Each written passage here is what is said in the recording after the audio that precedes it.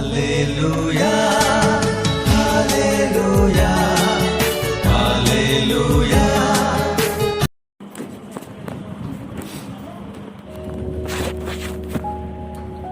Hallelujah hallelujah. प्रभु पवित्र नाम धन्यवाद हो। प्रभु ये सुंदर अवसर देइछथि एथिपाई पुनर्बार प्रभु को धन्यवाद दिए। बस शुणे पुनर्बार परिचालन करते आपको बहुत समस्त को प्रभु यीशु ख्रीष्ट को मूल्य नामरे मोर आंतरिक प्रेस प्रिय प्रभुकर लोक माने प्रभुकर दया रे प्रभुकर अनुग्रह रे आमे माने सुरक्षित अछु। ଏହା ଈଶ୍ୱରଙ୍କର ଏକ ଅନୁଗ୍ରହ, ଈଶ୍ୱରଙ୍କର ଏକ ଦୟା। ପ୍ରେଜ୍ ଦ ଲର୍ଡ ହାଲେଲୁୟା। ଯେଉଁ ପର୍ଯ୍ୟନ୍ତ ପୃଥିବୀ ଅଛି ସେ ପର୍ଯ୍ୟନ୍ତ କ'ଣ ଅଛି? ଦୁଃଖ ଅଛି। ଯେଉଁ ପର୍ଯ୍ୟନ୍ତ ପୃଥିବୀ ଅଛି, ଯେଉଁ ପର୍ଯ୍ୟନ୍ତ ଆମେ ପୃଥିବୀରେ ଅଛୁ ସେ ପର୍ଯ୍ୟନ୍ତ ପୃଥିବୀରେ ଦୁଃଖ କଷ୍ଟ ସମସ୍ୟା ରହିଛି। आसतु आमे आजिर अल्प ध्यान निमंते जीवा पवित्र धर्मशास्त्र बाइबल तार 16 अध्याय 33 पद पाठ करिबा।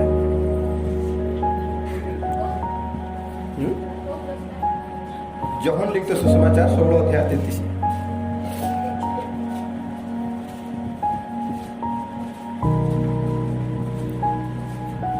तुम्हें माने जे परि मो थारे शांति प्राप्त हुआ एते निमंते मु तुमମାନଙ୍କୁ एई सब विषय कहि अछि। Praise the Lord. प्रभु यीशु कोन पाई कहउछंती?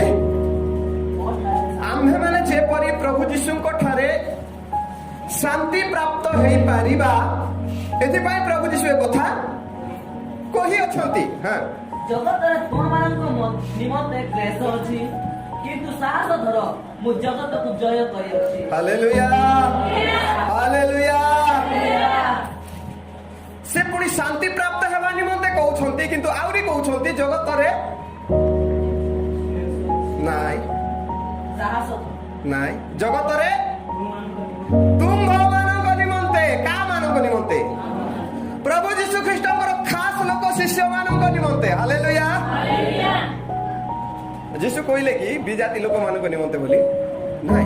यीशु ताको शिष्य मानक कहउछंती तुम भगवानक निमंते एही जगत रे क्लेश अछि किंतु साहस धर। Hallelujah hallelujah. प्रिय प्रभुଙ୍କର लोक माने एही जगत रे क्लेश अछि हम मानक पाई, एही जगत रे दुख अछि हम मानक पाई, एही जगत रे रोग अछि हम मानक पाई, एही जगत रे अभाव अछि हम मानक पाई, एही जगत रे निंदा अछि हम मानक पाई, ताड़ना अछि हम मानक पाई, अपमान अछि, निर्यातना अछि, एपरिक अदृश्य मृत्यु एही जगत रे हम मानक निमंते अन्य मानक निमंते नुहे आम्भ मानक निमंते जेते जण प्रभु यीशु ख्रीष्टଙ୍କୁ त्राणकर्ता रूपे आमे ग्रहण करिबा आम मानक निमंते रोग अछि, आम मानक निमंते अभाव अछि, आम मानक निमंते दुख क्लेश एही जगत रे पूरी रहिछि। Praise the Lord. आमे स्वर्ग रे नाहु ना, हम कोठी अछु? पृथ्वी रे अछु। किंतु स्वर्ग रे सब नाही, दुख नाही, क्लेश नाही, रोग नाही, क्रंदन नाही। हालेलुया। किंतु ए जगत रे रहिबा पर्यंत क्लेश अछि बोली प्रभु यीशु कहउछथि। किंतु साहस धर मु जगत को जय करि अछि। Praise the Lord hallelujah. आमानकर जीवन रे अनेक समय रे कठिन परिस्थिति आसीबो, अनेक समय रे विभिन्न प्रकार प्रतिकूल परिस्थितिर सामना करने को पड़िबो। से समय आमे अनेक कहबा एपरि कि प्रभु को मध्य आमे टिके आरोप लगेबा, हे प्रभु की दंड मते देलो ना कि मते आमे एते बड़ दंड देलो बोली आमे प्रभु को दोषारोप करबा। बेले बेले कहबा काहे की होई एही समस्या, एही कठिन परिस्थिति अन्य को कहीं की हेला नहीं, आम जीवन रे कहीं की हेला।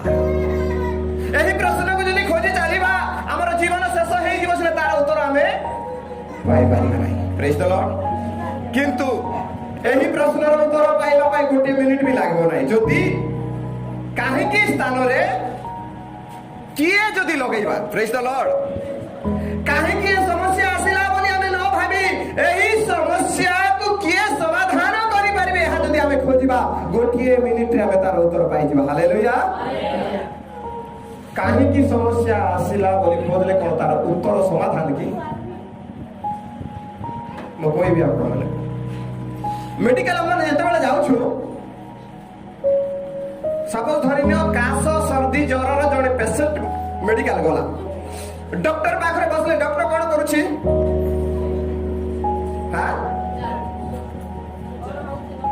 ସେ ହ୍ୱାଇ କାହିଁକି ଖୋଜିବ ସବୁ, ବୁଝିପାରିଲ? ସେ କାହିଁକି ଖୋଜିବାଟା ସମାଧାନ ନୁହେଁ, କିନ୍ତୁ କାହିଁକି ଖୋଜି ସାରିଲା ପରେ କିଏ ପାରାସିଟାମଲ, କିଏ ଡାଇକ୍ଲୋଫେନାକ, କିଏ ସିଟ୍ରିଜେନ୍ ଏମାନଙ୍କୁ ଦେଲେ ଜ୍ୱର କାଶ ସର୍ଦ୍ଦି ଛାଡ଼ିବ। ଆମେ କାହିଁକି ଆମର ସମୟ ଯଦି ବିତେଇବା ଆମର ସମସ୍ୟା ସମାଧାନ ହେବ ନାହିଁ, କିନ୍ତୁ ସମାଧାନର କର୍ତ୍ତା କିଏ ତାଙ୍କୁ ଯଦି ଆମେ ଖୋଜିବା ଆମମାନଙ୍କର ସମସ୍ୟା ସମାଧାନ ହେବ। Hallelujah, hallelujah. ଅନେକ ସମୟରେ ଆମେ ପରିସ୍ଥିତିର ମୁକାବିଲା କରିବା ବଦଳରେ ପରିସ୍ଥିତି ଜଟିଳ ହେଲେ ପ୍ରଭୁକୁ ଦୋଷାରୋପ କରି ଆମେ ଏମିତି ପ୍ରଶ୍ନ କରି ଆମେ ସାଇଡ୍ ହେବା ପାଇଁ ଯୋଜନା କରୁଛୁ। ପ୍ରିୟ ପ୍ରଭୁଙ୍କର ଲୋକମାନେ, ଯୀଶୁ କ'ଣ କହିଲେ? ଜଗତରେ ତୁମମାନଙ୍କ ନିମନ୍ତେ କ୍ଲେଶ ଅଛି, ତାପରେ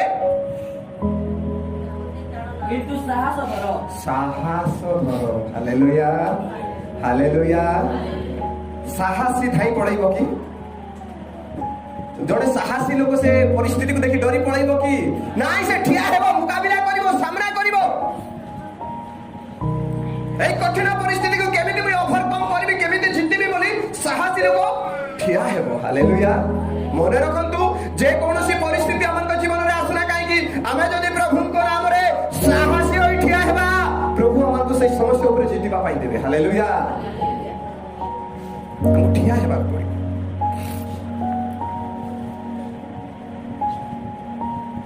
আমি যদি দেখিবা পুরাতন নিয়মে প্রভুঙ্কর লোকমানଙ୍କୁ এমিতি বহুত কঠিন পরিস্থিতি দেই ଯିବାକୁ ପଡ଼ିଛି। ହୁଏତ ତାହା ରୋଗ ହେଇପାରେ, ହୁଏତ ତାହା ପଇସା ପତ୍ରର ଅସୁବିଧା ହେଇପାରେ, ହୁଏତ ତାହା ପାରିବାରିକ କିଛି ସମସ୍ୟା ହେଇପାରେ, ହୁଏତ ତାହା ପ୍ରଭୁଙ୍କ ନିମନ୍ତେ ଦୁଃଖ ନିନ୍ଦା ତାଡ଼ନା ହେଇପାରେ। ଏପରି ବିଭିନ୍ନ ପ୍ରକାର ମାଧ୍ୟମରେ କଠିନ ସମୟ ଆସି ଆମମାନଙ୍କ ସମ୍ମୁଖରେ ଠିଆ ହେବ।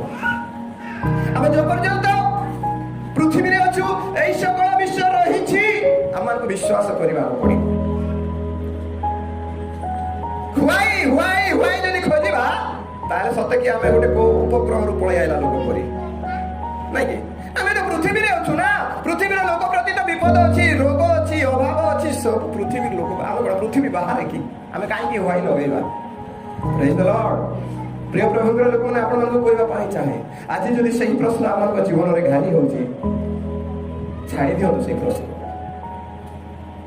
ସେଇ ପ୍ରଶ୍ନ ପଛରେ ଯଦି ପଡ଼ିବା, ଆମ ସାରା ଜୀବନ ବିତିଯିବ ସିନା, ଆମେ ସମାଧାନର ରାସ୍ତା ପାଇପାରିବା ନାହିଁ।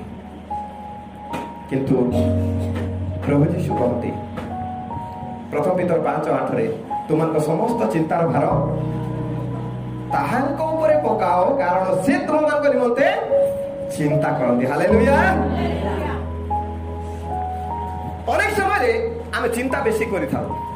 ଚିନ୍ତା କେତେବେଳେ କରୁ? ବେଶୀ ଚିନ୍ତା କେତେବେଳେ କରୁ? ସକାଳେ ବେଶୀ ଚିନ୍ତା କରୁ କି? ଶଯ୍ୟା ଉପରକୁ ଗଲା ବେଳକୁ ବେଶୀ ଚିନ୍ତା ଆସିବ। ମୁଁ ପିଲାମାନଙ୍କୁ କହିବି, ଭଲିବଲ ଖେଳିଲା ବେଳକୁ ତମେ ଚିନ୍ତା କରୁଛ କି ଅଭାବ ଅଛି ବୋଲି? ଅଭାବ ଥିବା ନାଇଁ, ସେ ସମୟରେ ସେଟା ହେବ ନାହିଁ। କିନ୍ତୁ ଯେତେବେଳେ ଆମେ ଶଯ୍ୟା ଉପରକୁ ଯିବା, ନୀରବରେ ଏକାଠି ଶୋଇବା, ସେ ସମୟରେ ଦୁନିଆର ଚିନ୍ତା ଆସିବ। ଆମେ ଅନନେସେସାରୀ ଚିନ୍ତା କରି କରି କରି କରି ଆମର ନିଦକୁ ଆମେ ହଜେଇ ଦଉଛୁ। ଆଜି ନ୍ୟୁଜରେ ଦେଖିଥିଲି, ଥାଇଲାଣ୍ଡର ଗୋଟେ ପିଲା, ବହୁତ ଧନୀ ଘର ପିଲା, ଗୋଟେ ପୁଅ, ସେ ମୋବାଇଲ ଗେମ୍ ଖେଳି ଖେଳି ଏମିତି ସେ ମୋବାଇଲ ଗେମ୍ ଭିତରେ ପଶିଗଲା, ଆକୁ ଟୋଟାଲି ନିଦ ହେଲା ନାହିଁ, ଖାଲି ସେ ମୋବାଇଲ ଗେମ୍ ରାତି ସାରା ଖେଳିଲା। ଲାଷ୍ଟକୁ ସେ ପୁଅଟା ମରିଗଲା ସିରିୟସ୍ ହେଇକରି। ଯେତେବେଳେ ଜଣଙ୍କର ନିଦ ହଜିଯିବ ସେ କ'ଣ ହେବ ପ୍ରଥମରେ ଜାଣିଛ? କୋଉମାନେ ଶୁଅନ୍ତି ନାହିଁ କାହିଁ କହିଲ? ପାଗଳ ଲୋକମାନେ ଶୁଅନ୍ତି ନାହିଁ।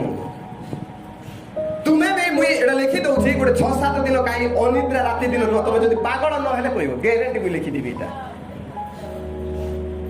କାହିଁକି ମୁଇଁ 2ଟା ପେସେଣ୍ଟ ନେଇକରି ଭଲ କରିଛି ସେମିତି ପାଗଳ ପେସେଣ୍ଟ ମାନେ। ଗୋଟେ ମରିଗଲା ଯାବେଶ୍ର ବାପା, ଆଉ ଗୋଟେ ବର୍ତ୍ତମାନ ବଞ୍ଚିଛି ଆମ ଜଳନ୍ଧର ଆଜ୍ଞାଙ୍କର ସ୍ତ୍ରୀ।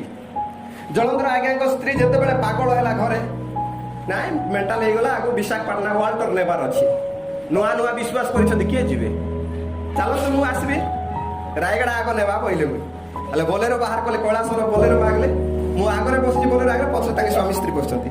ମୋର ବେକକୁ ଧରିଲା ପଚାଡ଼ି ଏମିତି କରି, ପାଗଳ ତ ପାଗଳ। ତାପରେ ମୁଁ ଏତିକି ଧରିଲି, ତାପରେ କାହିଁକି ଏମିତି ହଉଛି ନା ମୋର ମୁହଁରେ ଛେପ ପକାଇଦେଲା ପୁରା। ଏମିତି ଅବସ୍ଥାରେ ରାୟଗଡ଼ା ପହଞ୍ଚେଇଲୁ। ରାୟଗଡ଼ାରେ ଡକ୍ଟରକୁ ଦେଖେଇଲାରୁ ଡକ୍ଟର କହିଲା ଶୀଘ୍ର ୱାଲ୍ଟର ନେଇଯିବ, ପାଗଳ ହେଇଗଲା। କିନ୍ତୁ ମୁଇଁ ସେ ଜଳନ୍ଧର ଆଜ୍ଞାକୁ ପଚାରିଲାରୁ ସେ କହିଲେ, ଆଜ୍ଞା ଜ୍ୱର ହଉଛି ବୋଲେ 3 ଦିନ 3 ରାତ୍ରି ଟୋଟାଲି ଶୋଇନାହିଁ। ତା ପରଠାରୁ ଏମିତି ହେବାର ଆରମ୍ଭ ହେଲା। ତାପରେ ମୁଇଁ ଡକ୍ଟରକୁ କହିଲି, ସାର୍ ଏଟା ମେଣ୍ଟାଲ ନାହିଁ, ସେ ଅନିଦ୍ରା ଯୋଗୁଁ ଏମିତି ହଉଛି, ଜ୍ୱର ହେଉଛି ବୋଲେ 3-4 ଦିନ ଟୋଟାଲି ଶୋଇନାହିଁ। ତାପରେ ଡକ୍ଟର କହିଲା, ତୁମେ ଆମକୁ ପାଠ ପଢ଼ଉଛ କି? ଆମେ ଏମିତି କେତେ ପାଠ ପଢ଼ିଛୁ, ତାକୁ ଶୀଘ୍ର ନିଅ ମେଣ୍ଟାଲ ମେଡିକାଲ। ନାଇଁ ସାର୍, ଆମେ କହୁଛୁ ତାଙ୍କୁ ଗୋଟେ ନିଦ ଇଞ୍ଜେକ୍ସନ ଦିଅ। ସେମିତି କ'ଣ ଦିଆଯିବ କି ନିଦ ଇଞ୍ଜେକ୍ସନ? ତାପରେ ବହୁତ ରିକ୍ୱେଷ୍ଟ କଲାରୁ ହଉ ଠିକ୍ ଅଛି ଗୋଟେ ନିଦ ଇଞ୍ଜେକ୍ସନ ଆଣିକରି ଦେଲେ। କିଛି ଟ୍ରିଟମେଣ୍ଟ ତାକୁ ହେଇନାହିଁ। ସେ ନିଦ ଇଞ୍ଜେକ୍ସନ ଦେଲା ପରେ ବି 1 ଘଣ୍ଟା 45 ମିନିଟ୍ ଯାଇ ସେ ଶୋଉନାହିଁ। ଆକା ଡକ୍ଟର ବି ଡରିଗଲା, ଆରେ ବାପ ଏତେ ଭୟଙ୍କର ଇଞ୍ଜେକ୍ସନ ଦିଆହେଲା, 10-15 ମିନିଟ୍ରେ ଶୋଇବା କଥା, 45 ମିନିଟ୍ ହେଲାଣି ଶୋ। ଆସ୍ତେ ଆସ୍ତେ ଆସ୍ତେ ଘଣ୍ଟାଟି ବେଳକୁ ଶୋଇପଡ଼ିଲା ଦିନ ସାରା, ରାତି ସାରା। ତହିଁ ଆର ଦିନ ଉଠିଲା ପରେ ମତେ କୁଆଡ଼େ ଆଣିଛ ବୋଲୁଛି। ତାର ନା ଜ୍ୱର ଅଛି ନା ପାଗଳାମି ଅଛି। ମୁଇଁ କହିବା କଥା, ଆମେ ଯେତେବେଳେ ଚିନ୍ତା କରି ଆମର ନିଦକୁ ନଷ୍ଟ କରିଦେବା, ଆମର ଶରୀର ଅସୁସ୍ଥ ହୁଏ। ସେଥିପାଇଁ ଲେଖାଗଲା କ'ଣ ବୋଲି? ଲୁଣ ଖାଏ, ଚିନ୍ତା କ'ଣ ଚୁବେଇ ଖାଇବ ଗଣ୍ଡିକୁ। ଅନିଦ୍ରା ହେବା ଦ୍ୱାରା ଶରୀର ଝଡ଼ିଯିବ, ଅସୁସ୍ଥ ହେଇ ଲୋକ ବୁଝିପାରିଲେ? ଏଥିପାଇଁ ଚିନ୍ତା କରନ୍ତୁ ନାହିଁ। ଏମିତି ପୁରାତନ ନିୟମରେ ଯଦି ଆମେ ଦେଖିବା, ପ୍ରଭୁଙ୍କର ଲୋକମାନଙ୍କୁ ସେମାନେ କେଉଁ କଠିନ ପରିସ୍ଥିତି ଦେଇ ଯାଇଛନ୍ତି। ଏଭଳି ପୁସ୍ତକ ଖୋଲନ୍ତୁ, 11 ଅଧ୍ୟାୟ 35ରୁ 38 ପର୍ଯ୍ୟନ୍ତ ପଢ଼ନ୍ତୁ। କେମିତି ପରିସ୍ଥିତି, କଠିନ ପରିସ୍ଥିତି ଦେଇ ସେମାନେ ପ୍ରଭୁଙ୍କ ପାଇଁ ଯାଇଛନ୍ତି। ହାଲେଲୁୟା। 11 ଅଧ୍ୟାୟ 35ରୁ ପଢ଼ନ୍ତୁ। ସ୍ତ୍ରୀ ଲୋକମାନେ ଆପଣା ମୃତମାନଙ୍କୁ ପୁନରୁତ୍ଥାନ ଦ୍ୱାରା ପ୍ରାପ୍ତ ହେଲେ, ଅନ୍ୟମାନେ ଉତ୍କୃଷ୍ଟତର ପୁନରୁତ୍ଥାନ ପ୍ରାପ୍ତ ହେବା ନିମନ୍ତେ ଉଦ୍ଧାର ପାଇବାକୁ ଇଚ୍ଛା ନ କରି ମହାଯନ୍ତ୍ରଣା ଭୋଗ କଲେ। ଅନ୍ୟମାନେ ବିଦ୍ରୂପ ରହି ପଡ଼େ କୋମା ଥିବା ଜାଗାରେ। ଅନେକ ଲୋକ ବିଦ୍ରୂପ ପାଇଲେ, ଅନେକ ଲୋକ କୋରଡ଼ା ପ୍ରହାର ପାଇଲେ, ଅନେକ ଲୋକ ବନ୍ଧନ ମାନେ ହାତ ଗୋଡ଼ ୱାରଣ୍ଟ ଲାଗିଲା, ଆଉ ଅନେକଙ୍କୁ ଜେଲ ଭିତରେ ପକାଗଲା।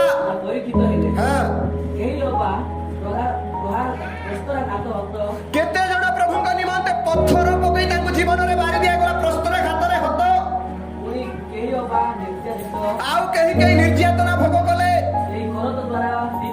ଆଉ କେହି କରତ ଦ୍ୱାରା ତାଙ୍କୁ 2 ଗଡ଼ି କରି କଟାଗଲା, ଆଉ କାହାକୁ ଖଣ୍ଡାରେ ପୁରା ଜୀବନରେ ହାଣି ଦେଲେ, ଆଉ କେହି ମେଣ୍ଢା ଆଉ ଛେଳିର ଚର୍ମରେ ଆଚ୍ଛାଦିତ ହୋଇ ପୁରା ଶୁଖିକି ମରିଗଲେ, ଆଉ କେହି ଅଭାବଗ୍ରସ୍ତ ହେଇ ଜୀବନ କାଟିଲେ। ପଇସା ପତ୍ରର ଅଭାବରେ ସେମାନଙ୍କର ଜୀବନ କଟିଲା। ପ୍ରାପ୍ତ ହୋଇ କେମିତି ବୁଲିଲେ ସେମାନେ? ପ୍ରାନ୍ତର ବୁଲିଲେ, ପର୍ବତ ବୁଲିଲେ, ଗୁହା ମାନଙ୍କରେ ବାସ କଲେ, ପୃଥିବୀର ଗହ୍ୱର ଯେତେ ଆମେ କ'ଣ ବୋଲୁଛୁ, ସେ ଯୋଉ ପର୍ବତରେ ରହିବ ନା, ଆମର ଗୋଟେ ଭାଷା ଅଛି, ଖୋଲପା ମାନଙ୍କୁ ଗହ୍ୱର ମାନଙ୍କୁ ବାସ କଲେ। ତାପରେ ହାଲେଲୁୟା, ଜଗତ ସେମାନଙ୍କର ଯୋଗ୍ୟ ନଥିଲା। ପ୍ରିୟ ପ୍ରଭୁଙ୍କର ଲୋକମାନେ ଦେଖ, ଏତେ କଠିନ ପରିସ୍ଥିତି ଦେଇ ଲୋକମାନେ ଯାଇଛନ୍ତି। आज जितेबाला गोटे कठिन परिस्थिति आम सम्मुख को आसे आम भाव यहाँ आम ही बोली सेमती नुहे। आम जदि मशांक जीवन को देखू 80 वर्ष प्रांतर बीतला। दाऊद जीवन को देखो 20 वर्ष पर्वत पंथारे बिना खाद्य भोक उपास लोक मैंने दया करी कौन खाइबा को देले खाई खाई 20 वर्ष पर्यंत रहिले। प्रिय प्रभु लोक मैंने कठिन परिस्थिति आसिले भांगी पड़तु ना। जीशु कहले साहस धर, साहसी हेबाक पड़िबो। आम मान प्रभु जीशु जीवन में कि कम थिला कठिन समय आम जब बाइबल रेफरेंस पढ़ा आम कही दूची निजस्व गृह नथिला। माथ्यू 8 अध्याय 20 पदर जो देखा निजर घर नथिला। आज दुनिया रे निजर जदि घर नहीं बोले केमती अवस्था। द्वितीय से प्रांतर मानकरे रहिले जेतिकी सांग साथी रहउथिले से माने शेषरे जीशु को छाड़ी चली गले। माथ्यू 26 अध्याय 14 ରୁ 16 69 ରୁ 75। पुणी जीशु जीवन में अनेक प्रेमिक सांग माने आसिले।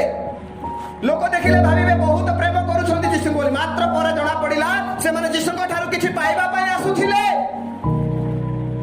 परिस्थिति देखि समस्त जीशु को छाड़ी चली गले। पुणी जीशु जीवन में एमिति दुख आसिला जे तांकू मिछरे दोषारोप करागला प्राणदंड देवा पाई। तांकू निर्यातना दियागला शेषरे तांकू कालवरी क्रूस रे टंगा गला। प्रिय प्रभुଙ୍କର ଲୋକମାନେ ଆମକୁ ଉଦ୍ଧାର କରିବା ଉଦ୍ଧାରକର୍ତ୍ତା ଯଦି ଏତେ ପରିସ୍ଥିତି ନେଇ ଯାଇଛନ୍ତି ଏହି ପୃଥିବୀରେ, ସେଥିପାଇଁ ସେ କହୁଛନ୍ତି ପୃଥିବୀରେ ତୁମମାନଙ୍କ ପାଇଁ କ୍ଲେଶ ଅଛି। ହାଲେଲୁୟା। କିନ୍ତୁ ସାହସ କର। ଆମକୁ ସାହସୀ ହେବାକୁ ପଡିବ। ଅନେକ ସମୟରେ ଆମ ମାନଙ୍କର ଚିନ୍ତାକୁ ଆମେ ବହି କରି ବୁଲୁଛୁ, ମାତ୍ର ପ୍ରଭୁ ଯୀଶୁ ଚାହାନ୍ତି ଆମ ମାନଙ୍କର ଚିନ୍ତାର ଭାର ତାଙ୍କ ଉପରେ ଦେବା ପାଇଁ। ପ୍ରେଜ୍ ଦ ଲର୍ଡ। ପ୍ରଥମ ପିତର 5:8 ଆମେ ଯୋଉଟା ପଢିଲୁ, ତୁମର ସମସ୍ତ ଚିନ୍ତାର ଭାର ତାଙ୍କ ଉପରେ ପକାଅ। ଗୀତ ସଂହିତାରେ ଲେଖାଯାଏ, ତୁମର ବୋଝ ତାଙ୍କ ଉପରେ ପକାଅ, ତଇରେ ସେ ତୁମକୁ ସମ୍ଭାଳିବେ। ପ୍ରଭୁ ଚାହାନ୍ତି ଆମମାନଙ୍କ ସମସ୍ତ ବୋଝ ତାଙ୍କୁ ଦେବା ପାଇଁ। ଯଦି ଆମର ବୋଝ ଆମେ ମୁଣ୍ଡେଇବା, ଆମର ଜୀବନ ସରିଯିବ ସିନା, ସେଇ ବୋଝରୁ ଆମେ ମୁକ୍ତ ହେଇପାରିବା ନା। ପ୍ରେଜ୍ ଦ ଲର୍ଡ। ହାଲେଲୁୟା।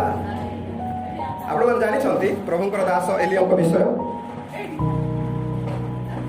ଏଲିୟଙ୍କୁ ଯେତେବେଳେ ଆହାବ ରାଜାଙ୍କ ସମୟରେ ଦୁର୍ଭିକ୍ଷ ପଡ଼ିଲା 3 ବର୍ଷ 6 ମାସ, ପ୍ରଭୁ କାଉ ଦ୍ୱାରା କଣ କଣ ଖାଇବାକୁ ଦେଲେ ଏଲିୟଙ୍କୁ? ଶୁଣିନାହାନ୍ତି? କାଉ ଦ୍ୱାରା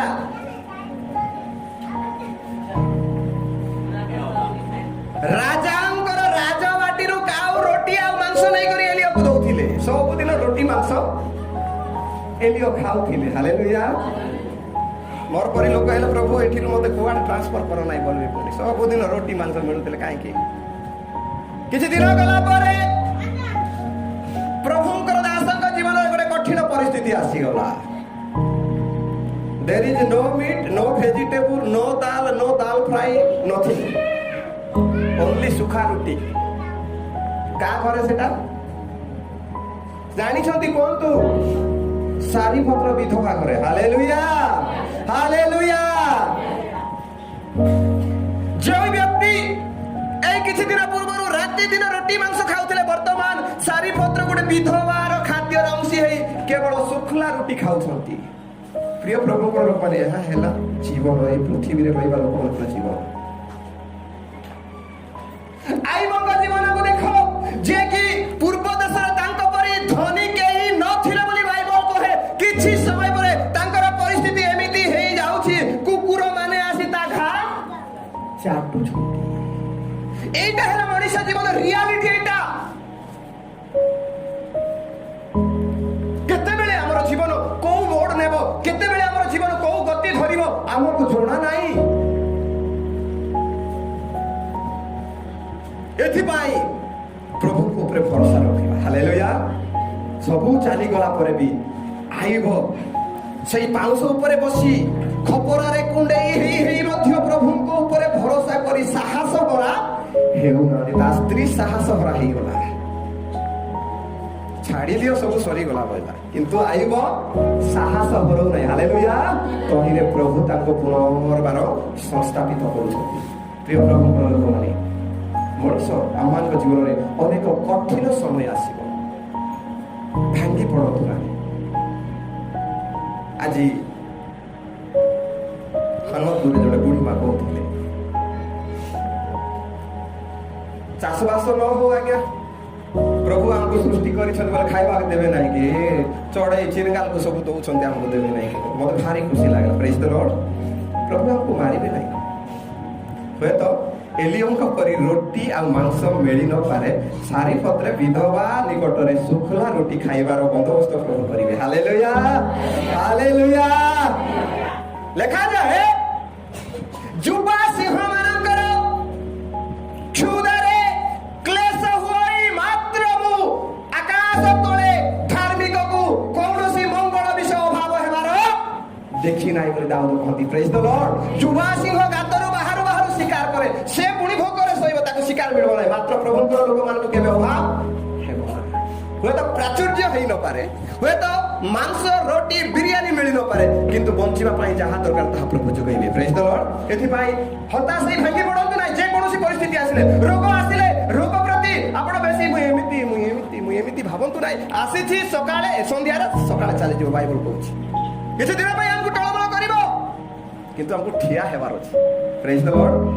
ସାହସ ଧରି ଠିଆ ହେଲେ ପ୍ରଭୁ ଶକ୍ତି ଦେବେ ତାହାକୁ ଜିତିବା ପାଇଁ। ଆମେ ଦୁଃଖ ସମୟରେ, କଷ୍ଟ ସମୟରେ, ମୁଁ ଥରେ ଆପଣମାନଙ୍କୁ କହୁଥିଲି ନା, ମୋର ଅଜା ମରିଗଲେ ଡୁକୁମରେ। ଛୋଟ ଘର ବୋଲେ ଲମ୍ବା ବେଶୀ ଅଛି, ସାର୍ ନାହିଁ, ଗୋଟେ ଘରକୁ ଦୁଇ ଭାଗ କରିଛ। ଯୋଉ ଜାଗାରେ ସେ ଅଜା ମରିଥିଲେ ସେଇ ଜାଗାରେ ମୋତେ ଶୋଇବା ପାଇଁ ଖଟ ପକାଇ ଦେଲେ। ମଲା ବେଳକୁ ଗଲି ନାହିଁ, ମୁଇଁ ଭାବିଲି 2 ଦିନ ରହିକରି ଯିବି।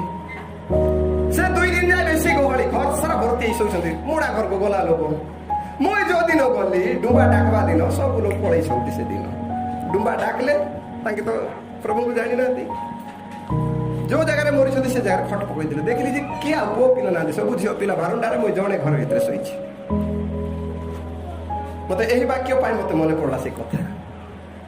ହେଲେ ମତେ ବି ଡର ସେ ସମୟରେ। ବାଇବେଲ ପଢିଲି ବେଶୀ ଲେଟ୍ରେ ପଢିଲେ ନିଦ ହେବ ବୋଲି କରି ଭାବିଲି। ଅଲେଖାର ଲେଟ୍ ଯାଇ ପଢିଥିଲି, ଆଉ ନିଦ ଆଉ ନାହିଁ ମତେ। ନିଦର ବି ଗୋଟେ ଲିମିଟ ଅଛି ଆଜ୍ଞା। ବେଶୀ ଅନିଦ୍ରା ରହିଯିବେ, ଘଣ୍ଟେ 2ଟା ଯାଏ, ଆଉ ଶୋଇଲେ ବି ହଠାତ୍ ଏମିତି ମାନେ ଟୋଟାଲି ମତେ ନିଦ ଆଉ ନାହିଁ।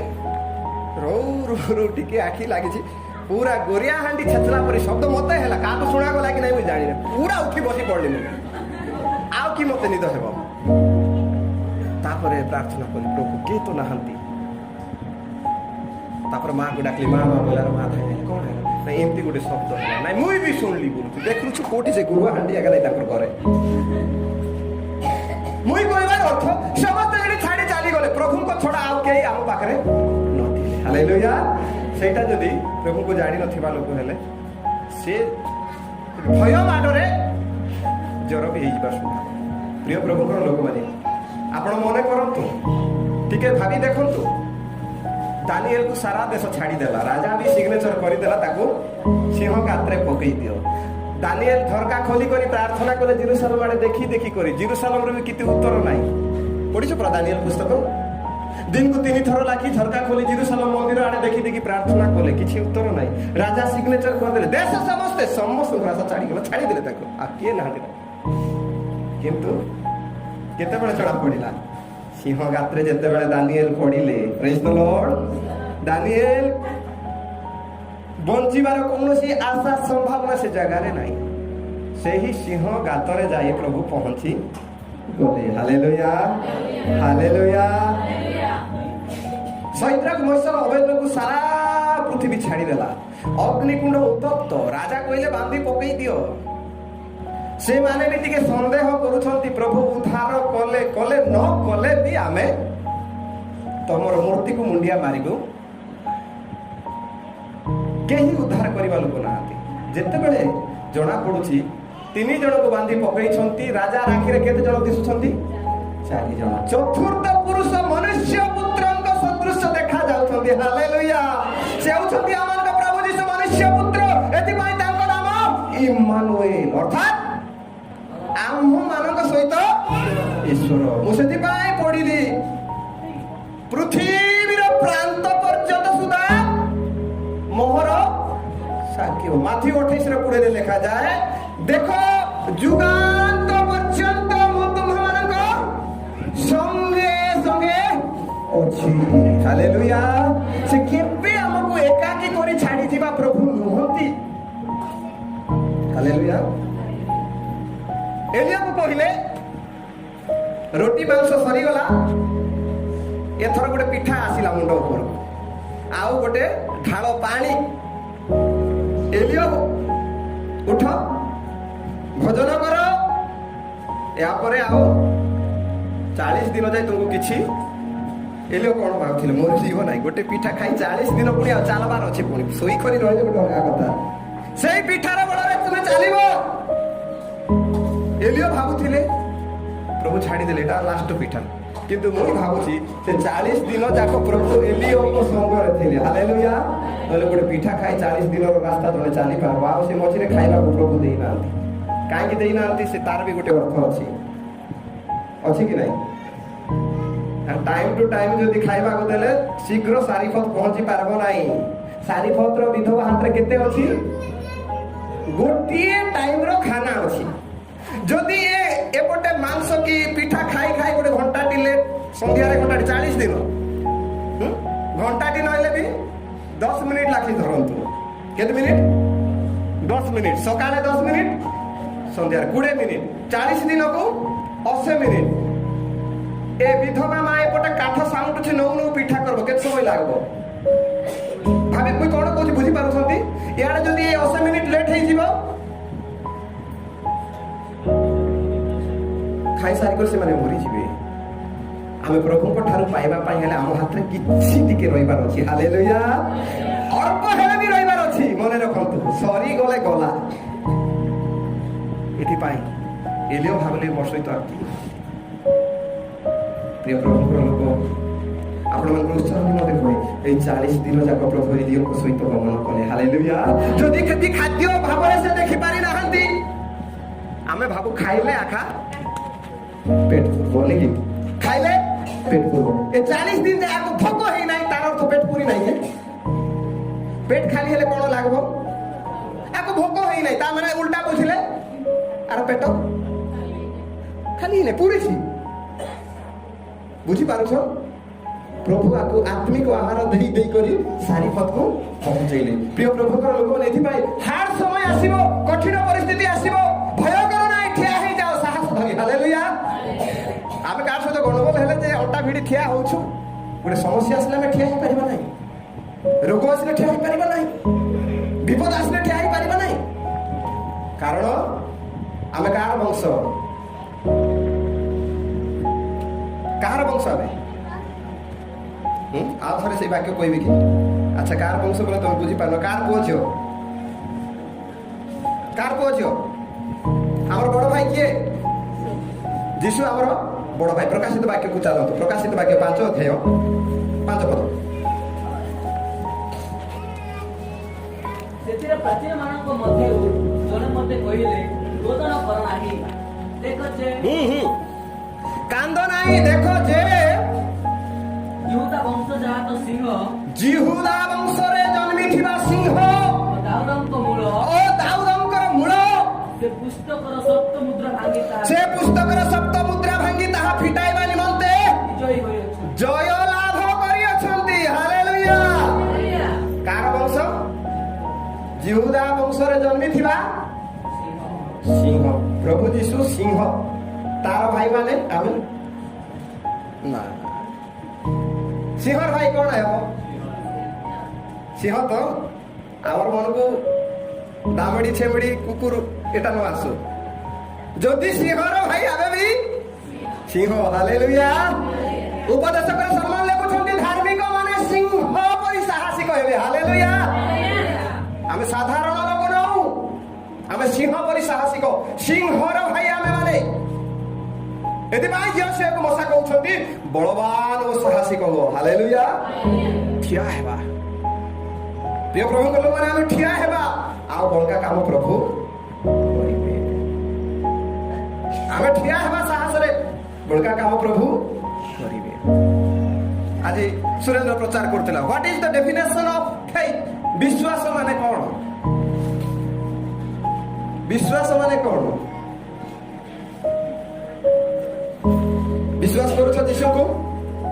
ହଁ ଆମେ ସମସ୍ତେ ବିଶ୍ୱାସ କରୁଛୁ। ତୁମକୁ ପଚାରିଲେ ମୁଁ ବି ହଁ ମୁଁ ବିଶ୍ୱାସ କରୁଛି। ବିଶ୍ୱାସ ମାନେ କଣ? ଆମେ ତ କରୁଛୁ। କିଏ କରୁଛି? ମୁଁ କରୁଛି, ଦାସ ଭାଇ ମଧ୍ୟ କରୁଛନ୍ତି, ପକ୍ଷୀର ଭାଇ ମଧ୍ୟ ବିଶ୍ୱାସ କରୁଛନ୍ତି। ବିଶ୍ୱାସ କଣ? ଯାହାକି ତୁମେ କରୁଛ। କୁହ ଟିକେ ମତେ। ବିଶ୍ୱାସ କଣ? ଯାହା ତୁମେ କରୁଛ। ତାର ଡେଫିନେସନ କଣ? ତାର ସଂଜ୍ଞା କଣ? କଣ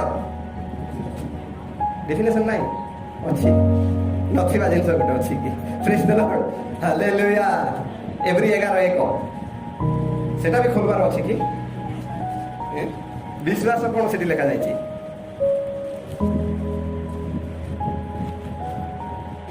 ବିଶ୍ୱାସ ପ୍ରତ୍ୟାଶିତ ବିଷୟର ମୂଳ ଭୂମି, ଆଦୃଶ୍ୟ ନୁହେଁ, ଅଦୃଶ୍ୟ ବିଷୟର ତାହା ହେଲା ବିଶ୍ୱାସ। ପ୍ରେଜ୍ ଦ ଲର୍ଡ। ବିଶ୍ୱାସ ମାନେ କଣ? ଅଦୃଶ୍ୟ ବିଷୟରେ ନିଶ୍ଚିତ ଜ୍ଞାନ। ସ୍ୱର୍ଗ ଦେଖିଛ? ଦେଖି ନାହିଁ ନା? ସିଂହାସନ ଦେଖିଛ? ଅଦୃଶ୍ୟ ଆମେ ଦେଖି ନାହିଁ, କିନ୍ତୁ ଆମେ କଣ ଭାବୁଛୁ? ଅଛି ନିଶ୍ଚିତ। Hallelujah, hallelujah. ବିଶ୍ୱାସ ପ୍ରତ୍ୟାଶିତ ବିଷୟର ମୂଳ ଭୂମି। ଆମେ ଆଶା କରିବାର ଫାଉଣ୍ଡେସନ ହେଲା ବିଶ୍ୱାସ। ଆମେ କଣ ଆଶା କରୁଛୁ? ମୂଳା ପରେ ମୁଁ ସ୍ୱର୍ଗକୁ ଯିବି। ପ୍ରେଜ୍ ଦ ଲର୍ଡ। ଏଟା ହେଲା ବିଶ୍ୱାସ। ଯାହା ଦେଖି ନାହୁଁ ତହିଁରେ ସୁନିଶ୍ଚିତ ଜ୍ଞାନ କରିବା। ଯାହା ଆଶା କରିଛୁ ସେହି ଉପରେ ଠିଆ ହେବା ହେଲା ବିଶ୍ୱାସ। ବୁଝିପାରିଲେ? ହାଲେଲୁୟା। ଯଦି ବିଶ୍ୱାସ ଅଛି ତ ଆମେ ଠିଆ ହେବା। ସତ କି ନାହିଁ? ବିଶ୍ୱାସ ଦୁର୍ବଳ ହେଲେ ଆଗାମ ସମସ୍ୟାକୁ ଦେଖି ଆମେ ଟଳମଳ ହେଇଯିବା। ଆମେ ଶେଷ ପଦ ପଢିବା। ସମୟ ହେଲାଣି, ମୋର ପ୍ୟାସେଜ ତ ସରି ନାହିଁ, ଆହୁରି ରହିଗଲା। ଗୀତ ସଂହିତା 46 1 2 3।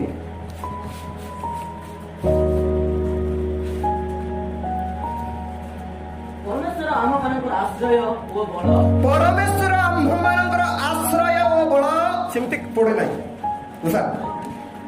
ମୁଁ କହିଦେଉଛି ଟିକେ ଶୁଣନ୍ତୁ।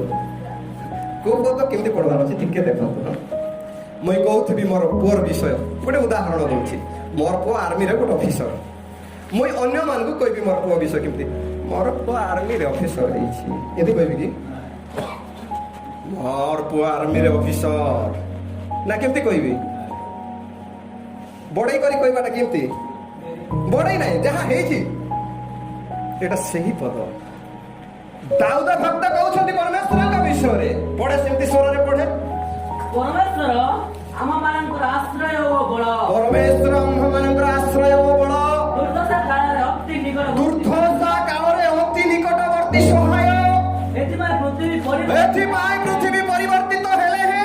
ପର୍ବତଗଣ ସମୁଦ୍ର ମଧ୍ୟରେ ବିଚଳିତ ହେଲେ। ପର୍ବତଗଣ ସମୁଦ୍ର ମଧ୍ୟରେ ବିଚଳିତ ହେଲେ ହେ। ତହିଁର ଜଳରାଶି ଗର୍ଜନ କରି ପ୍ରବଳ ହେଲେ ହେ। ତହିଁର ପ୍ଲାବନରେ ପର୍ବତଗଣ କମ୍ପିତ ହେଲେ ହେ। ଆମ୍ଭେମାନେ ଭୟ କରିବା ନାହିଁ, କାରଣ ସଦା ପ୍ରଭୁ ଆମମାନଙ୍କର ନିକଟବର୍ତ୍ତୀ। 11 ପଦ। ସନ୍ଧ୍ୟାଧିପତି ସଦାପ୍ରଭୁ ଆମମାନଙ୍କର ସହବର୍ତ୍ତୀ। ଯାକୋବର ପରମେଶ୍ୱର ଆମମାନଙ୍କର ଆଶ୍ରୟ ଅଟନ୍ତି। ହାଲେଲୁୟା। ଯେତେ ସମସ୍ୟା ଆସୁନା କାହିଁକି ମୁଁ ଭୟ କରିବି ନାହିଁ, କାରଣ ସଦାପ୍ରଭୁ ଆମମାନଙ୍କର ସାହାଯ୍ୟକାରୀ ସହାୟ। ସେ ଆମମାନଙ୍କର ନିକଟବର୍ତ୍ତୀ ପରମେଶ୍ୱର ଅଟନ୍ତି। ପ୍ରେଜ୍ ଦ ଲର୍ଡ। ମୁଁ କିଛି ନୁହେଁ। I am nothing. ପାଉଲ କହୁଛନ୍ତି I can do all things through him who strengthens me. ମୁଁ କିଛି ନୁହେଁ, ମାତ୍ର ମୋହର ଶକ୍ତିଦାତାଙ୍କ ସାହାଯ୍ୟରେ ମୁଁ ସବୁ କରିପାରେ। I can do all things. Hallelujah. ଏଠି ଦାଉଦ ସେଇ କଥା କହୁଛନ୍ତି। ମୁଁ କିଛି ନାହିଁ, କିନ୍ତୁ ଯେଉଁ ପ୍ରଭୁ ମୋ ପାଖରେ ଅଛନ୍ତି ସେ ଏମିତି ଲୋକ ପୃଥିବୀ ଟଳମଳ ହେଇଯାଉ, ପର୍ବତ ଗଣ କମ୍ପିତ ହେଲେ ବି ମୁଁ ଡରବି ନାହିଁ, କାରଣ ପ୍ରଭୁ ମୋର ପାଖରେ ଅଛନ୍ତି। ହାଲେଲୁୟା। ଏଥିପାଇଁ ପ୍ରିୟ ପ୍ରଭୁଙ୍କର ଲୋକମାନେ ଆପଣମାନଙ୍କୁ 3ଟି ସର୍ଟ ବିଷୟ କହି ସମାପ୍ତ କରିବା ପାଇଁ ଚାହେଁ। ଆମେ ଏହି କଠିନ ପରିସ୍ଥିତି ରୋଗ ଅଭାବ ସମସ୍ୟାକୁ ମୁକାବିଲା କରିବା ପାଇଁ ପ୍ରଥମତଃ ଆମମାନଙ୍କୁ ପ୍ରଭୁଙ୍କ ସହିତ ଜାବୁଡ଼ିକି ଧରି ରଖିବାକୁ ପଡ଼ିବ। ପ୍ରଭୁଙ୍କୁ ଜାବୁଡ଼ି କରି ଧରି ରଖିବାକୁ ପଡ଼ିବ। ପ୍ରଭୁଙ୍କ ସହିତ ଲାଗି ରହିବାକୁ ପଡ଼ିବ। ଗୀତ ସଂହିତା 23 ଅନୁସାରେ ସେ ଲେଖା ହେଇଛି ସଦାପ୍ରଭୁ ମୋହର ପ୍ରତିପାଳକ। ମୋହର ଅଭାବ ପ୍ରତିପାଳକ ମାନେ କ'ଣ? ପାଳକ ମାନେ ଗୌଡ଼ିଆ, ମେଣ୍ଢା ଗୌଡ଼ିଆ। ବାଇବଲ ଅନୁସାରେ ଆମର ଆଜିକାଲି ଏ ବାଟେ ଗୋରୁକୁ ଛେଳିକୁ ଆମେ ନେଉଛୁ ଆଗରେ ଏଇନା ପଛରେ ଏଇ ଆଗରେ ତଡ଼ି କରି ନେଉଛୁ, କିନ୍ତୁ ବାଇବଲରେ ଉଲ୍ଟା। ଗୌଡ଼ିଆ ଆଗ ଗଲେ ତାର ଶବ୍ଦ ଶୁଣି ମେଣ୍ଢା ମାନେ ଯାଆନ୍ତି। ଗୀତ କ'ଣ ଜହନ ଲିଖିତ ସୁଷମାଚାର 10 ଅଧ୍ୟାୟ ପଢିଲେ ଆପଣମାନେ ଜାଣିବେ। ମେଣ୍ଢା ମାନେ ମୋର ସ୍ୱର ଚିହ୍ନନ୍ତି ଓ ମୋର ପଛେ ପଛେ ଆସନ୍ତି ବୋଲି ଲେଖାଯାଇଛି। ହାଲେଲୁୟା। ପାଳକ ଯାଉଛନ୍ତି ଆଗରେ। ଯଦି ଆମର ଅଭାବ ନ ହବ ବୋଲି ଭାବୁଛୁ, ଯଦି ଆମର ମୃତ୍ୟୁ ଛାୟା ରୂପ ଉପତ୍ୟକାରେ ଭୟ ନ ହବ ବୋଲି ଭାବୁଛୁ, ଆମେ ମାନେ ଶତ୍ରୁଗଣ ଉପରେ ବିଜୟ ଲାଭ କରିବା ପାଇଁ ଯଦି ଚାହୁଁଛୁ, ଗୋଟିଏ କାମ କରନ୍ତୁ, ପ୍ରଭୁଙ୍କୁ ଛାଡ଼ନ୍ତୁ ନାହିଁ, ତାଙ୍କ ପଛେ ପଛେ ଯାଆନ୍ତୁ। Hallelujah, hallelujah. ଦ୍ୱିତୀୟ ବିଷୟ, ଆପଣମାନେ ଯଦି କଠିନ ପରିସ୍ଥିତିର ମୁକାବିଲା କରିବା ପାଇଁ ଯଦି ଚାହୁଁଛନ୍ତି, ପ୍ରଥମରେ ପ୍ରଭୁଙ୍କୁ ଛାଡ଼ନ୍ତୁ ନାହିଁ, ଦ୍ୱିତୀୟରେ ପ୍ରଭୁଙ୍କର ଲୋକମାନଙ୍କୁ ଛାଡ଼ନ୍ତୁ ନାହିଁ। ହାଲେଲୁୟା। ପ୍ରଭୁଙ୍କର ଲୋକମାନଙ୍କ ସହିତ ଲାଗି ରୁହନ୍ତୁ। କାହିଁକି? ବାଇବଲରେ ଅଛି, ଯୀଶୁ ଖ୍ରୀଷ୍ଟ ଆମର ମୁଣ୍ଡ, ଆମେ ତାଙ୍କ ଶରୀର, ମଣ୍ଡଳୀ ତାଙ୍କର ଶରୀର। ଶରୀରର ସବୁ ଅଙ୍ଗ ପ୍ରତ୍ୟଙ୍ଗ ଯେପରି ଏକାପରି ନୁହେଁ, ସେହିପରି ଆମେ ସମସ୍ତେ ଏକାପରି ନୁହଁ, କିନ୍ତୁ ପ୍ରତ୍ୟେକ ପରସ୍ପରର ହିତ ଚେଷ୍ଟା କରିବା ଲୋକମାନେ। ବୁଝିପାରିଲ? ମୁଁ ବୁଝେଇଦେବି। ଆମେ ମଣ୍ଡଳୀ ହେଲୁ ଶରୀର, ଯୀଶୁ ହେଲେ ମସ୍ତକ। ହେଲେ ଶରୀର ଗୋଟେ ଅଙ୍ଗ କି? ହାତ ଅଛି, ଗୋଡ଼ ଅଛି, ସବୁ ଅଙ୍ଗ ପ୍ରତ୍ୟଙ୍ଗକୁ ନେଇ ଶରୀର। ଆମେ ପୁଣି ଶରୀର। ଦାସ ଭାଇ, ପକ୍ଷୀର ଭାଇ ଆଉ ଲାଲୁ, ଏମାନେ ଗୋଟେ ଗୋଟେ ଅଙ୍ଗ ପ୍ରତ୍ୟଙ୍ଗ ଶରୀରର। ଧରି ନିଅନ୍ତୁ ତାଙ୍କେ ହାତ, ତାଙ୍କେ ଗୋଡ଼, ତାଙ୍କେ ଆଖି ଧରି ନିଅନ୍ତୁ। କ'ଣ ତାଙ୍କେ? ହେଲେ ଆମେ ଏଠି ଦେଖିଲେ ନାଇଁ ଦାସ ଭାଇ ଲାଲୁ ସହିତ ପଡ଼ୁନାହିଁ ବୋଲି ଆମେ ଭାବୁଛୁ ନାଇଁ କି? ମଣ୍ଡଳୀ ମାନେ ଆମର ଜାଗତିକ ଭାବରେ ତାଙ୍କୁ ଦେଖିଲେ ଦାସ ଭାଇ ଲାଲୁ ସହିତ ପଡ଼ୁନାହାନ୍ତି, ଗଣ୍ଡଗୋଳ। ନହେଲେ ପକ୍ଷୀର ଦାସ ଭାଇର ଭଲ ପଡ଼ାପଡ଼ି ନାହିଁ। ଆମେ ଜଗତ ଭାବରେ, କିନ୍ତୁ ଆତ୍ମିକ ଭାବରେ ଦେଖିଲେ ଆଙ୍କେ ଗୋଡ଼, ତାଙ୍କେ ହାତ, ତାଙ୍କେ ଏ ହାତ ଆଖି ସହିତ ନ ପଡ଼ୁଛି ବୋଲି କ'ଣ ହାତର ଆଙ୍ଗୁଠି ନେଇ ଆଖିରେ ଗେଜି ହେବ କି? ବୁଝିପାରୁଛନ୍ତି କି? ହେବ କି? ହଁ, ତୁ ଆରାମରେ ଏଠି ମିଟକୁଳି ମାରୁଥ, ମୁଁ ହାଲିଆ ହେଇ ହାତ ବସିଗଲା ପରି କାମ କରି ତତେ ପୋଷୁଥିବି। କେବେ କହିଛି? ମୁଁ କହିବାର ଅର୍ଥ, ପ୍ରଭୁଙ୍କ ଲୋକମାନଙ୍କ ସହିତ ଲାଗି ରୁହ। ଏମାନେ ଯେତେ ବିରୋଧ ହେଲେ ବି ଚର୍ଚ୍ଚରେ ଆତ୍ମିକ ଭାବରେ ଏମାନେ ପରସ୍ପରର ସାହାଯ୍ୟକାରୀ ଅଟନ୍ତି। Hallelujah, hallelujah. ପ୍ରଥମ କରିନ୍ଥିୟ 13 ଅଧ୍ୟାୟରେ ସେଇ ବିଷୟ ଲେଖାଯାଇଛି। ଗାଲାତୀୟ 6:2 ଚାଲୁ ପଢ। ଆମମାନଙ୍କର ପ୍ରତ୍ୟେକ ଲୋକ ପ୍ରତ୍ୟେକଙ୍କର ଆବଶ୍ୟକ ରହିଛି ମଣ୍ଡଳୀରେ। ଜଣେ ଅଭାବରେ ପଡ଼ିଗଲା, ଜଣେ ରୋଗରେ ପଡ଼ିଗଲା। ମୁଁ ପ୍ରଭୁଙ୍କୁ ଧନ୍ୟବାଦ ଦେଉଛି। ମୁଁ ସିରିୟସ୍ ହେଲା ସମୟରେ ଅନେକ ମା ମାନେ ଭାଇ ମାନେ ଦେଖିବା ପାଇଁ ଆସିଲେ। ମୁଁ ବି ଅନେକ ଲୋକ ସିରିୟସ୍ ହେଲେ ଯାଉଛି। ଆଉ ଆମେ ମାନେ ମଧ୍ୟ ପରସ୍ପର କାହିଁକି ଏଟା? ଆମେ ପରସ୍ପର ଯୀଶୁଙ୍କର ଅଙ୍ଗ ପ୍ରତ୍ୟଙ୍ଗ। ହାଲେଲୁୟା। ଗୋଟେ ଅଙ୍ଗ କଷ୍ଟ ପଡ଼ିଲେ ଆଖି ଦୁଃଖା ଧରିଲା ବେଳକୁ ହାତ ହସବ ନାହିଁ, ଭଲ ହେଲା ପ୍ରତ୍ୟେକ ହସବ କି ନାଇଁ?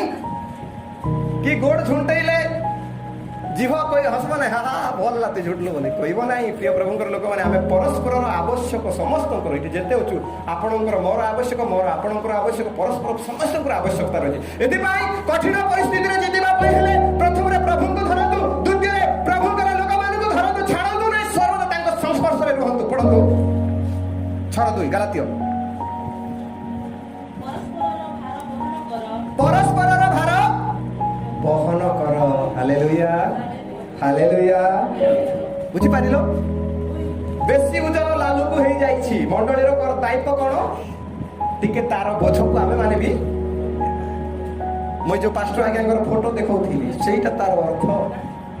हालेलुया।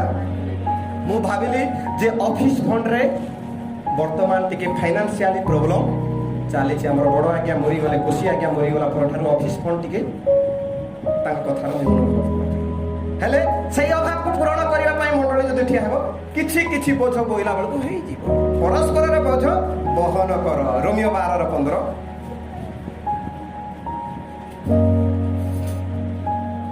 जो माने आनंद करंती से मानक सहित आनंद करो, जो माने रोदन करंती से मानक सहित रोदन। एहार अर्थ दुखी ଦୁଃଖୀ ସଙ୍ଗରେ ତମେ ଯାଇବି ଦୁଃଖୀ ହୋ, ସୁଖୀ ସଙ୍ଗରେ ତମେ ଯାଇବି ସୁଖୀ ହୋ। ଆମ ପରସ୍ପରର ସମସ୍ତଙ୍କର ଆବଶ୍ୟକତା ରହିଅଛି। ହାଲେଲୁୟା।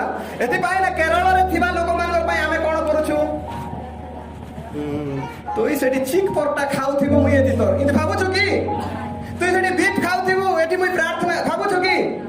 আমি পরস্পরর সাহায্যকারী এথিপাই আমি পরস্পর নিমন্তে আঁঠু ভাঙ্গি আমি প্রার্থনা করুଛୁ। Hallelujah hallelujah. তারপরে আর গোটে পদ প্রথম থেসলোনিকে 5 অধ্যায় 11 পদ।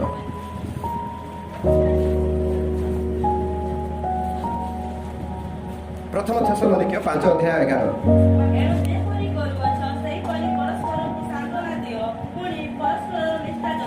হালেলুয়া। পরস্পর এক আরেক তুমি সহযোগ কর, সান্ত্বনা দিও, নিষ্ঠা জন্মাও, সাহায্য কর, বোঝ বহন কর। দুঃখরে পড়িলে যাই তা সহিত কথা হই তাকে উঠাও, খাইবাকু নাই খাইবাকু নেই দিও। এটা হেলা মন্ডলী। প্রেজ দ লর্ড। এথিপাই কঠিন পরিস্থিতির মোকাবিলা করিবা পাই প্রথমে প্রভুଙ୍କୁ ছাড়ন্তু নাই, দ্বিতীয়রে প্রভুଙ୍କର ଲୋକମାନଙ୍କୁ ছাড়ন্তু নাই, তৃতীয় পয়েন্ট এবং শেষ পয়েন্ট ঈশ্বরଙ୍କର বাক্যକୁ ছাড়ন্তু নাই। হালেলুয়া। ଆମକୁ ସାହସ କୋଠି ମିଳୁଛି? ପ୍ରଭୁ ପ୍ରତିଜ୍ଞା ଦେଇଛନ୍ତି। ପ୍ରତିଜ୍ଞା ଯଦି ଆମେ ନ ଜାଣିବା ପ୍ରଭୁ ଉପରେ କେମିତି ଆମର ଭରସା ହେବ? হ্যাঁ, ପ୍ରତିଜ୍ଞା ଯଦି ନ ଜାଣିବା କେମିତି ଭରସା ହେବ? ଦୟାକରି ପଢନ୍ତୁ ଯୋହନ 14:27।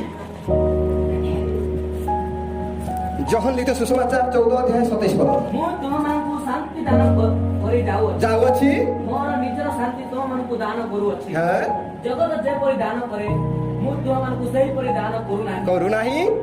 ତୁମମାନଙ୍କ ହୃଦୟ ଉଦ୍ବିଗ୍ନ କି ଭୟଗ୍ରସ୍ତ ନ ନ ହେଉ। ତୁମେ ଭାଙ୍ଗି ପଡୁନ, ଉଦ୍ବିଗ୍ନ ହେଇଯାଉନ, ଡରି ଯାଉନ। ରୋଗ ବୋଲି, ସମସ୍ୟା ବୋଲି, ଅଭାବ ବୋଲି, ବିପଦ ବୋଲି ପ୍ରଭୁ ପ୍ରତିଜ୍ଞା ଦେଇ ଯାଇଛନ୍ତି, ମୁଁ ନିଜର ଶାନ୍ତି ତୁମକୁ ଦେଇକରି ଯାଉଛି। ପ୍ରେଜ୍ ଦ ଲର୍ଡ। ହାଲେଲୁୟା। ଆମେ କେତେ ବିଶ୍ୱାସ କରୁଛୁ ପ୍ରଭୁଙ୍କର ଶାନ୍ତି ପ୍ରଭୁ ଆମମାନଙ୍କୁ ଦେଇ ଯାଇଛି। ସେଇ ପ୍ରତିଜ୍ଞା ଉପରେ ଅଟଳ ରୁହନ୍ତୁ। ଆଉ ଗୋଟେ ପଦ ଯିଶାୟା 41:10।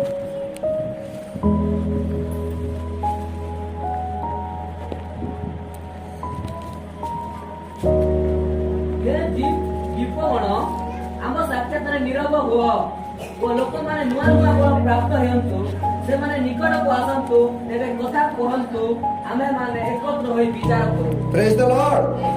10 ପଦ 41:10 କହିଲି ନା ମୁଁ? ଯିଶାୟା 41:10। ତୁମେ ଭୟ କର ନାହିଁ, ତୁମ୍ଭେ ଭୟ କର ନାହିଁ, କାରଣ ଆମେ ତୁମ ସଙ୍ଗରେ ଅଛୁ। ହାଲେଲୁୟା। ପ୍ରଭୁ ପ୍ରତିଜ୍ଞା ଦେଇଛନ୍ତି ସମସ୍ତଙ୍କର ପାଇଁ। ଏଠି ଯେତେ ଲୋକ ଆମେ ଶୁଣୁଛୁ ଆମ ସମସ୍ତଙ୍କର ପାଇଁ ଏହି ପ୍ରତିଜ୍ଞା ପ୍ରଭୁ କହୁଛନ୍ତି, ତୁମ୍ଭେ ଭୟ କର ନାହିଁ, ଆମେ ତୁମ ସଙ୍ଗରେ ଅଛୁ। ନିରାଶ ହୁଅ ନାହିଁ, ନିରାଶ ହୁଅ ନାହିଁ, କାରଣ ଆମେ ତୁମର ପରମେଶ୍ୱର। କାରଣ ଆମ୍ଭେ ତୁମର ପରମେଶ୍ୱର। ହଁ, ଆମେ ତୁମକୁ ସବଳ କରିବା, ଆମ୍ଭେ ତୁମକୁ ସବଳ କରିବା, ଆମେ ତୁମର ସାହାଯ୍ୟ ହଁ କରିବା, ଆମ୍ଭେ ତୁମର ସାହାଯ୍ୟ କରିବା, ଆମେ ଆପଣା ଧର୍ମ ସ୍ୱରୂପ ଦକ୍ଷିଣ ହସ୍ତରେ ତୁମକୁ ଧରି ରଖିବା। ପ୍ରଭୁ ମହିମା ପାଆନ୍ତୁ। ହାଲେଲୁୟା। ପ୍ରଭୁ ପ୍ରତିଜ୍ଞା ଦେଇଛନ୍ତି, ସେ ଆମକୁ କେବେ ଛାଡ଼ିବେ ନାହିଁ। ପ୍ରିୟ ପ୍ରଭୁଙ୍କର ଲୋକମାନେ ଭାଙ୍ଗି ପଡନ୍ତୁ ନାହିଁ। ପ୍ରଭୁଙ୍କ ଉପରେ ଭରସାକାରୀ ସମସ୍ତେ ଭାଙ୍ଗି ପଡନ୍ତୁ ନାହିଁ। ପ୍ରଭୁଙ୍କର ପ୍ରତିଜ୍ଞା ଆମମାନଙ୍କୁ ଧରି ରଖିବାକୁ ପଡିବ। ପ୍ରଥମରେ ପ୍ରଭୁଙ୍କ ସହିତ ଲାଗି ରହିବାକୁ ପଡିବ, ଦ୍ୱିତୀୟରେ ପ୍ରଭୁଙ୍କର ଲୋକମାନଙ୍କ ସହିତ, ତୃତୀୟରେ ପ୍ରଭୁଙ୍କର ପ୍ରତିଜ୍ଞା ବାକ୍ୟରେ ଆମମାନଙ୍କୁ ଲାଗି ରହିବାକୁ ପଡିବ। ଆସନ୍ତୁ ଆମେ ଚକ୍ଷୁ ବନ୍ଦ କରିବା, ପ୍ରାର୍ଥନା କରିବା ପାଇଁ ଯିବା। ଆମମାନଙ୍କ ପାଇଁ ଜଗତରେ କ୍ଲେଶ ଅଛି, ଆମମାନଙ୍କ ପାଇଁ ଜଗତରେ ବିପଦ ଅଛି, ଆମମାନଙ୍କ ପାଇଁ ଜଗତରେ ସମସ୍ୟା ଅଛି। ପ୍ରିୟ ପ୍ରଭୁଙ୍କର ଲୋକମାନେ ଭାଙ୍ଗି ପଡନ୍ତୁ ନାହିଁ। ପ୍ରଭୁଙ୍କ ଉପରେ ଭରସା କରନ୍ତୁ। ଯେଉଁ ପ୍ରଭୁ ଆମମାନଙ୍କୁ ନାମ ଧରି ଡାକିଛନ୍ତି, ଯେଉଁ ପ୍ରଭୁ ଆମମାନଙ୍କୁ ନାମ ଧରି ଆହ୍ୱାନ କରିଛନ୍ତି, সেই ପ୍ରଭୁ ଆମମାନଙ୍କୁ ଛାଡ଼ିବେ ନାହିଁ। ସେ କହୁଛନ୍ତି, ଆମେ ତୁମ ସଙ୍ଗରେ ଅଛୁ, ଭୟ କର ନାହିଁ। ଡୋଣ୍ଟ ବି ଏଫ୍ରାଇଡ୍। ଭୟ କର ନାହିଁ। ବିଭିନ୍ନ ପ୍ରକାର ସମସ୍ୟା ଆମକୁ ଭୟଗ୍ରସ୍ତ କରିଦେଉଛି, ଆମମାନଙ୍କର ଜୀବନକୁ ଇତସ୍ତତ କରିଦେଉଛି, ଆମମାନଙ୍କର ଜୀବନକୁ ଭାଙ୍ଗି ଦେବା ପାଇଁ ଯୋଜନା କରୁଛି। ପ୍ରଭୁଙ୍କ ଉପରେ ଭରସା ରଖନ୍ତୁ। Hallelujah, hallelujah, hallelujah. ପ୍ରଭୁଙ୍କ ଉପରେ ଭରସା ରଖନ୍ତୁ। ଯେଉଁ ପ୍ରଭୁ ପ୍ରତିଜ୍ଞା ଦେଇ କହିଛନ୍ତି, ଆମେ ତୁମକୁ କେବେ ଛାଡ଼ିବା ନାହିଁ, ଆମେ ତୁମକୁ ସବଳ କରିବା, ଆମେ ତୁମକୁ ଆମର ଧର୍ମ ସ୍ୱରୂପ ଦକ୍ଷିଣ ହସ୍ତରେ ଧରି ରଖିବା। ପ୍ରଭୁଙ୍କର ପ୍ରତିଜ୍ଞାକୁ ସ୍ମରଣ କରନ୍ତୁ। Hallelujah, hallelujah, hallelujah, hallelujah, hallelujah.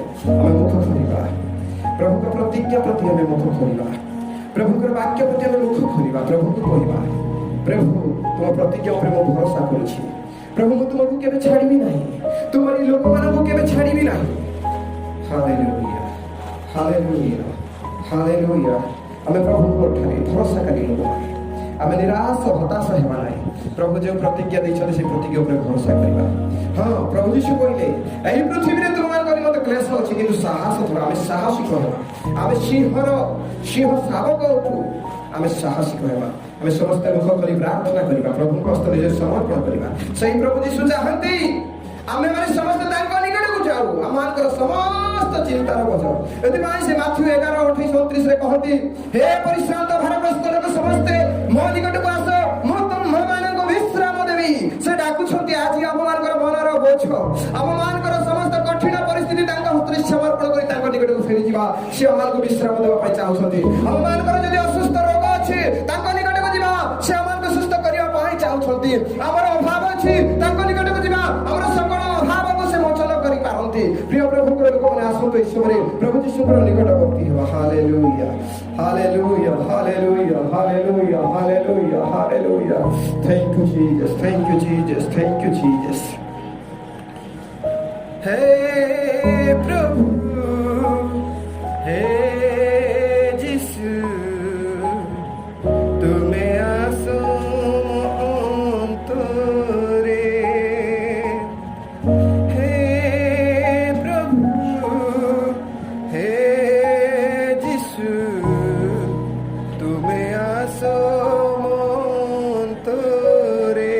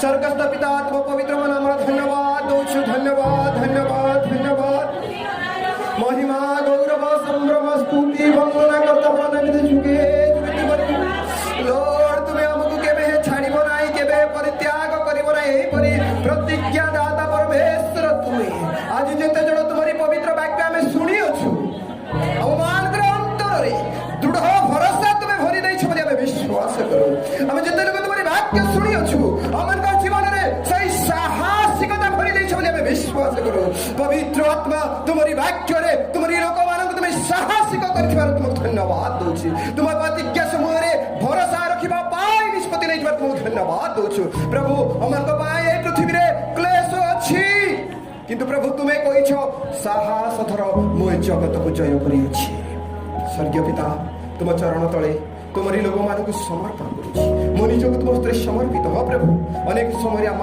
जीवन में कठिन समय आसुछि जो द्वारा प्रभु आम विश्वास दबली जाउछि शत्रु शैतान मंद आत्मा आम जीवन में ଏପରି ଇତସ୍ତତ ଆଣୁଛେ ଯୀଶୁଙ୍କ ନାମରେ ଶୈତାନର ଯୋଜନାକୁ ଆମେ ବନ୍ଦ କରୁଛୁ।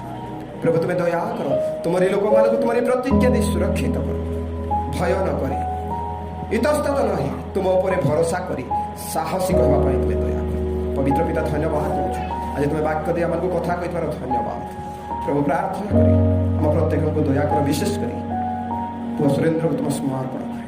ପ୍ରଭୁ ତାଙ୍କୁ ତୁମେ ଉତ୍ତରୋତ୍ତର ଭାବରେ ବ୍ୟବହାର କର, ବାକ୍ୟରେ ଜ୍ଞାନ ଭରି ପ୍ରାର୍ଥନାରେ ସମୟ ଦେବା ପରେ ପ୍ରଭୁ ଧ୍ୟାନରେ ସମୟ ଦେବା ପରେ ଅନେକଙ୍କ ସମ୍ମୁଖରେ ତୁମେ ତାଙ୍କୁ ଠିଆ କର। ପ୍ରଭୁ ତୁମେ ଦୟା କର, ମସ୍ତକରୁ ତଳିପା ପର୍ଯ୍ୟନ୍ତ ଅଭିଷେକ କରି ଯୀଶୁଙ୍କ ନାମରେ ତୁମେ ପବିତ୍ର କର ବୋଲି ପ୍ରାର୍ଥନା କରୁଛୁ। ତୁମରି ସାହସ ତାଙ୍କୁ ଦିଅ, ତୁମରି ଜ୍ଞାନ ତାଙ୍କୁ ଦିଅ, ତୁମରି ସାମର୍ଥ୍ୟରେ ତାଙ୍କୁ ତୁମେ ବ୍ୟବହାର କର ବୋଲି ପ୍ରାର୍ଥନା କରୁଛି। ସ୍ୱର୍ଗୀୟ ପିତା, ଆମ ପ୍ରତ୍ୟେକଙ୍କୁ ତୁମେ ଦୟା କର, ଅନୁଗ୍ରହ କର। ମହିମା ଗୌରବ ତୁମେ ପ୍ରାର୍ଥନା କରେ ସଣ୍ଡେ ସ୍କୁଲ ପିଲାମାନଙ୍କୁ ଆସନ୍ତା ରବିବାର ଦିନ ଯେଉଁ ପିଲାମାନେ ବାଇବେଲ କମ୍ପିଟିସନରେ ଭାଗ ନେବେ ସେମାନଙ୍କୁ ତୁମ ସମର୍ପଣ କରେ। ଏକ ଆଗ୍ରହ ଦିଅ ତୁମ ନିମନ୍ତେ କିଛି କରିବା ପାଇଁ। ପ୍ରଭୁ ତୁମରି ଚରଣ ତଳେ ସେମାନଙ୍କୁ ଦେଉଛି। ପ୍ରାର୍ଥନା କରେ ଯେତେ ଅସୁସ୍ଥ ପୀଡ଼ିତ ଅଛନ୍ତି ପ୍ରଭୁ ମଣ୍ଡଳୀରେ ପ୍ରତ୍ୟେକଙ୍କୁ ତୁମ ହସ୍ତରେ ସମର୍ପଣ କରୁଛୁ। ପୁଣି ଆଜି ମଣ୍ଡଳୀରେ ଉପସ୍ଥିତ ନ ହୋଇ ବାହାରେ ଯେଉଁମାନେ ଅଛନ୍ତି ଅନୁପସ୍ଥିତ ସେମାନଙ୍କୁ ମଧ୍ୟ ତୁମ ହସ୍ତରେ ଦେଉଛି। ପ୍ରଭୁ ଯୀଶୁଙ୍କ ନାମରେ ସେମାନଙ୍କୁ ସୁସ୍ଥ କର। ଏଠାରେ ବସିବା ପ୍ରତ୍ୟେକ ଅସୁସ୍ଥକୁ ଯୀଶୁଙ୍କ ନାମରେ ତୁମେ ସୁସ୍ଥ ଆରୋଗ୍ୟ সকল মহিমা গৌরব তোমাকে দেଉଛି। ଆଜିର ସେବା ଆରମ୍ଭରୁ ଶେଷ ପର୍ଯ୍ୟନ୍ତ ସହବର୍ତ୍ତୀ ହେଲ ଧନ୍ୟବାଦ। ତୁମର ଇଚ୍ଛା ଯଦି ହୁଏ ଆଗମନ ଯଦି ବିଳମ୍ବ ହୁଏ ଆଉ ଥରେ ଆମେ ଏକତ୍ର ତୁମର ମହିମା କରିବା ଆମକୁ ସଙ୍ଗେ ସଙ୍ଗେ সকল ମହିମା ଗୌରବ ପ୍ରଶଂସା ତୁମକୁ ଦେଇ ପ୍ରଭୁ ଆଜିର ସେବା ଆରମ୍ଭରୁ ଶେଷ ପର୍ଯ୍ୟନ୍ତ ସହବର୍ତ୍ତୀ ହେଲ ବୋଲି ଧନ୍ୟବାଦ ଦେଇ ଆମମାନଙ୍କୁ ନେବା ପାଇଁ ଆସୁଥିବା ମେଘମାଳାରେ ଐତ ଦୂତ ସହିତ ଆସୁଥିବା ସେଇ ପ୍ରଭୁ ଯୀଶୁ ଖ୍ରୀଷ୍ଟଙ୍କ ନାମରେ ଏହି ପ୍ରାର୍ଥନା ମାଗୁଛି ପିତା। ଏତେବେଳେ ପିତା ଈଶ୍ୱରଙ୍କର ଅସୀମ ପ୍ରେମ, ପୁତ୍ର ପ୍ରଭୁ ଯୀଶୁ ଖ୍ରୀଷ୍ଟଙ୍କର ଅସୀମ ଅନୁଗ୍ରହ, ପବିତ୍ରଙ୍କ ଚିର ଶାନ୍ତି ସହଭାଗିତା ଏତେବେଳେ ଆମମାନଙ୍କ ପ୍ରତି ପୁଣି ଯେଉଁ ଲୋକମାନେ ପ୍ରଭୁ ତୁମ ଉପରେ ଭରସା କରି ତୁମ ବାକ୍ୟରେ ଭରସା କରି ତୁମ ଲୋକମାନଙ୍କ ସଙ୍ଗରେ ରହି କଠିନ ପରିସ୍ଥିତିର ସମ୍ମୁଖୀନ ହେଉଛନ୍ତି ସମସ୍ତଙ୍କ ପ୍ରତି ପ୍ରଭୁ ଯୀଶୁଙ୍କର ଦ୍ୱିତୀୟ ଆଗମନ ପର୍ଯ୍ୟନ୍ତ ସଙ୍ଗେ ସଙ୍ଗେ ହୁଅନ୍ତୁ। ଆମେନ୍। Hallelujah, hallelujah, hallelujah. ପ୍ରଭୁ ଆମକୁ ଆଶୀର୍ବାଦ କରନ୍ତୁ। ସମସ୍ତଙ୍କୁ ପ୍ରେଜ୍ ଦ ଲର୍ଡ।